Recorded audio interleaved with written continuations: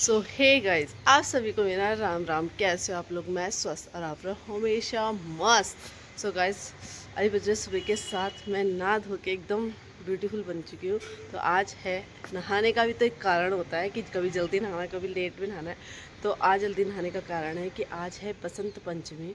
तो आप सभी को बसंत पंचमी की हार्दिक हार्दिक हार्दिक शुभकामनाएं।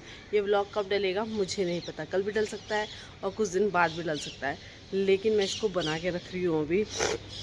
और अभी हमने जौ लगाई थी लेकिन वो इतनी छोटी छोटी हो रही है, तो हम लेके आते पड़ोसियों के यहाँ से जौ और फिर अपने घर के दहलीज पे लगाएंगे।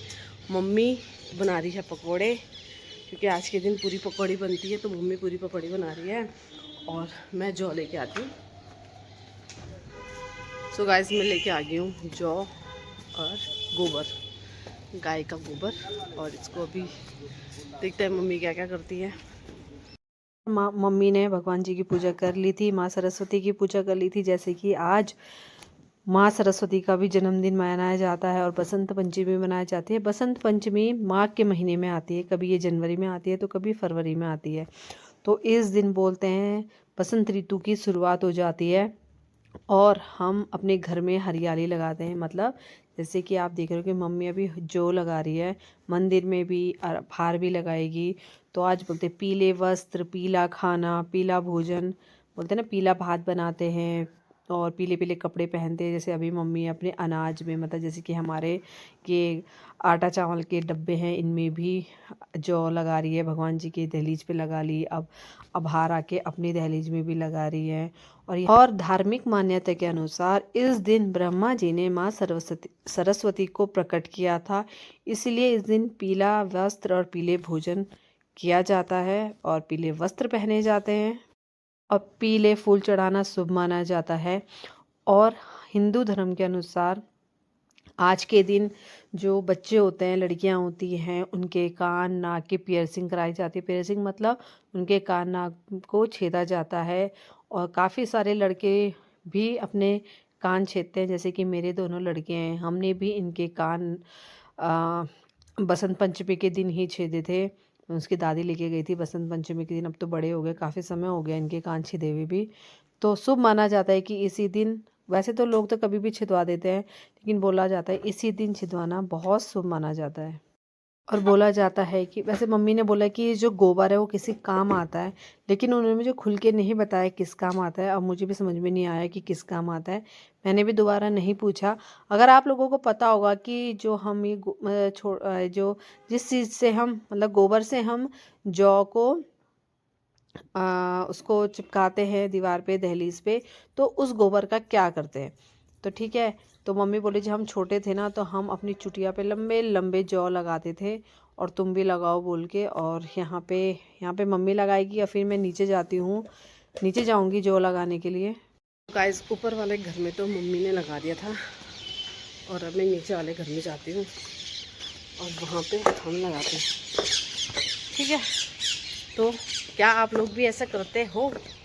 और नहीं करते हो तो करना चाहिए, क्योंकि हमारी संस्कृति है, परंपरा है। अगर हम आज इसे याद रखेंगे तो हमारे लिए भी अच्छा है, हमारे बच्चों के लिए भी अच्छा है, कि उनको भी पता चलेगा कि हमारे हिंदू धर्म में कैसे कैसे कौन कौन से त्यौहार मनाए जाते हैं। चलो मैं भी अपने इस वाले घर पे लगाती हूँ, मतलब नीचे वाले में।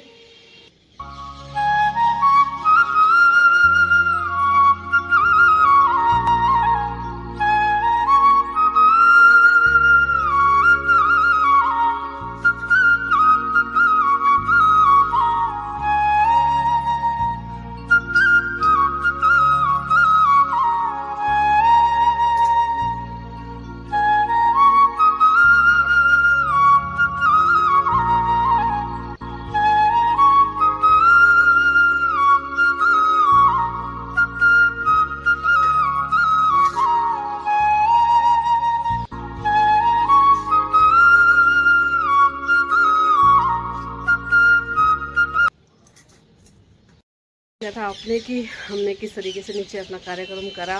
और देखो मौसम भी आज 9 बज चुके हैं और बारिश का मौसम है। सरस्वती माता और बसंत पंचमी के उपलक्ष्य में माघ के महीने में बसंत पंचमी और माँ सरस्वती की पूजा की जाती है। बसंत पंचमी मनाया जाता है, उस दिन पीले कपड़े पहने जाते हैं। जो हमने आज सुबह उठ के पीले कपड़े पहन लिए हैं, मम्मी ने भी पहन लिए, बच्चों को भी पहनाने थे पर कैसे पहनाएं क्योंकि उनको स्कूल जाना है। तो बोलते हैं कि पीले कपड़े पीला भोजन करना चाहिए। तो अभी मैं बनाऊँगी, मतलब आज मैं बनाऊँगी पीले चावल। तो पीले चावल कैसे बनाते हैं वो मैंने पूछ लिया है रेसिपी, और अब मैं उसको बनाऊँगी। और कैसा लगा आपको जो मैंने करा, पहली मतलब करते हैं, पहले भी करा है, आज भी कर रहे हैं, और अच्छा लगता है कि हम अपनी परंपरा को आगे बढ़ाएं। तो देख सकते हो आज माँ सरस्वती और बसंत पंचमी के टाइम पे मौसम एकदम बढ़िया हो गया है। हवा चल रही है, ठंडी ठंडी हवा चल रही है, पर उतना ठंडा नहीं लग रहा है। लेकिन बारिश आ जाएगी तो 2-3 दिन ठंडा होगा, उसके बाद मौसम साफ़ हो जाएगा। और बोलते हैं ना, जब होली आती है तो उसके बाद तो मौसम साफ़ ही हो जाता है, मतलब गर्मियाँ स्टार्ट हो जाती है। तो अभी गर्मियाँ, अब तो इस बार आपकी होली भी जल्दी है। तो चलो अभी मैं नीचे चलती हूँ, ब्रेकफास्ट करती हूँ। ब्रेकफास्ट में पूरी पकौड़ी सब बना दी थी मम्मी ने, अब करते हैं और उसके बाद देखते क्या क्या होता है।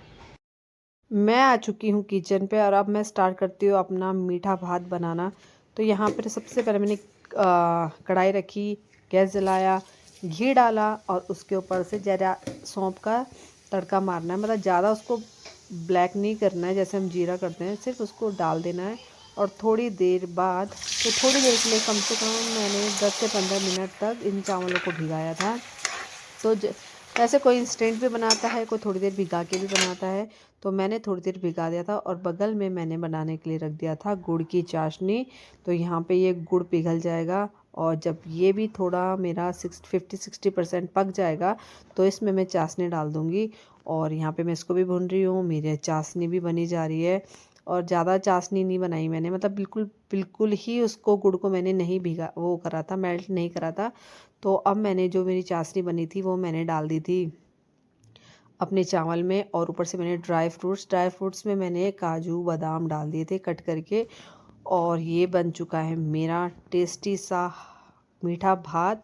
और ये देखो, ज़्यादा नहीं बना था, थोड़ी सी बना था, क्योंकि मैंने सोचा कि ये बड़े गए चावल, लेकिन वो बड़े नहीं थे, मतलब इंक्रीज़ नहीं हुआ था, वो जितने थे उतने ये रहे थे। और बहुत टेस्टी, ऐसा गजब का स्वाद आ रहा था। आधा से ज़्यादा तेरे को स्कूल के ले दिया मैंने। अच्छा तो हो रहा है।